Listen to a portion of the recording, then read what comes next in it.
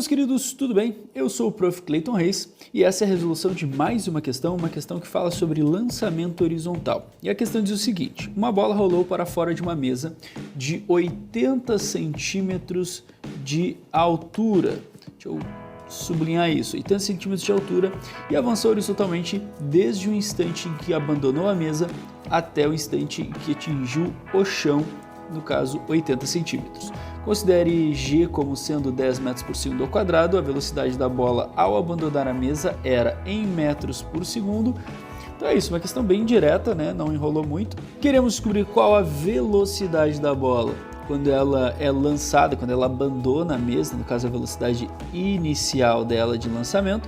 E a ideia é mais ou menos essa, então, né? Nós temos ali uma mesa, essa bolinha ela vai estar rolando, vai ser lançada com uma velocidade que é o que a gente quer descobrir. Ela vai fazer este movimento aqui e a altura da mesa tem 80 centímetros. Deixa eu botar desse lado aqui. A altura da mesa 80 centímetros, o alcance dessa bolinha também é 80 centímetros, e aí a gente precisa então fazer esses cálculos. Primeira coisa de tudo, a gente precisa converter esses 80 centímetros, nós vamos dividir por 100 para que ele fique em metros. Lembra que a unidade padrão é metros, isso dá 0,8 metros. A mesma coisa então vai ser para a altura, né? Eu já dividi, então já sei que a altura também em metros vai ficar 0,8 metros, tá? Beleza. Segunda coisa é eu entender o seguinte: para eu encontrar a velocidade de lançamento, né? Vamos lembrar que na horizontal a gente tem um movimento que tem o comportamento de um MRU, então ele vai para frente sempre com velocidade constante. Para eu descobrir essa velocidade para frente, basta eu pegar o deslocamento dele, que é 80, e dividir pelo tempo, né? No caso aí o tempo de movimento, que é o tempo de queda. O deslocamento eu já tenho, que é 80, né? No caso ali 0,8, né? Que a gente passou para metros, 0,8 metros. Porém, eu não tenho o tempo de queda, tá? E eu preciso encontrar o tempo de queda antes de fazer o cálculo. Sor, como que eu encontro? O tempo, ele depende da queda. O tempo de queda depende da altura de queda, né? Então, quando ele cai, lembra que a gente tem um MRUV, na verdade, né? Um MQL.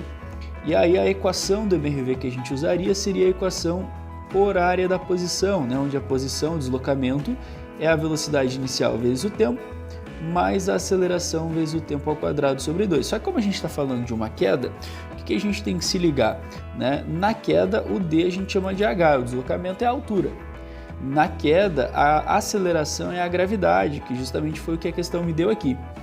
E a velocidade inicial na queda é zero. Sor, por que zero? Porque ele é lançado para frente. Inicialmente para baixo ele não está caindo, ele vai começar a cair. Então, para baixo a velocidade é zero, o que vai fazer com que todo esse termo fique zerado. E aí a gente reescreve essa equação em muitos livros assim, ó, H é igual a gravidade vezes o tempo ao quadrado dividido por 2. E aí tu percebe que aqui a gente tem justamente isso, ó, uma relação direta, né, entre o tempo ao quadrado e a altura. E aí fica mais fácil, né, a gente perceber. Então o que que acontece? O que que eu vou fazer aqui, ó? Eu vou botar os valores, ó. H a gente sabe que é 0,8. A gravidade a gente sabe que é 10, o tempo ao quadrado é o que eu quero descobrir, dividido por 2, tá? O que eu vou fazer antes de eu fazer o cálculo, tudo, né? Ao invés de dividir o 10 por 2, eu vou fazer o seguinte: eu vou pegar esse 2 e vou passar para o outro lado multiplicando. E esse 10 eu vou passar para o outro lado dividindo, tá? O procedimento matemático aí existem de várias maneiras. Tu faz o que tu achar que fica mais interessante para ti, tá? Mas um dos jeitos que eu vou fazer para ficar um pouco mais claro o que eu quero mostrar aqui, ó, é assim. Então vai ficar 0,8 vezes 2 dividido por 10. Quando tu faz 0,8 vezes 2 dividido por 10, o que que tu encontra, né? Tu vai encontrar 0,8 vezes 2, 1,6. 1,6 dividido por 10 vai dar 0,16 igual a tempo ao quadrado. Por que que eu fiz isso? Olha só, vou escrever mais aqui do ladinho. Aquele t ao quadrado a gente passa para o outro lado como raiz, então vai ficar assim, ó, raiz de 0,16. Eu vou escrever primeiro 0,16 aqui, depois eu boto a raiz. Raiz de 0,16 é igual a tempo. E aí, raiz de 0,16, tu sabe que dá 0,4 0,4, né? 0,4 vezes 0,4 dá 0,16. Então o tempo de queda é 0,4 segundos. Sora, eu poderia antes ter dividido 10 por 2, dá 5, e depois passar o 5 dividindo? Poderia, daria na mesma, né? Só como eu disse, cada um escolhe aí a matemática que se sentir mais à vontade, mais confortável, tá? Achei o tempo de queda, isso aqui então é o tempo que ele leva para cair, né? Tempo de queda. Só que, como a gente sabe, o tempo que ele leva para cair é o tempo que ele leva para atingir o solo, é o tempo do movimento. E esses dois movimentos, né, para frente e para baixo, eles estão unidos pelo tempo, digamos assim, né? E aí o que acontece então? Eu vou pegar lá em cima e vou botar o 0,4, que era o tempo que estava me faltando. O alcance de 0,8, que a gente passou aqui, dividido pelo tempo de movimento, que é 0,4, 0,8 por 0,4 me dá uma velocidade de 2 metros por segundo. E essa acaba ficando então a minha resposta. Olhando as alternativas, ficamos com a alternativa D para essa questão.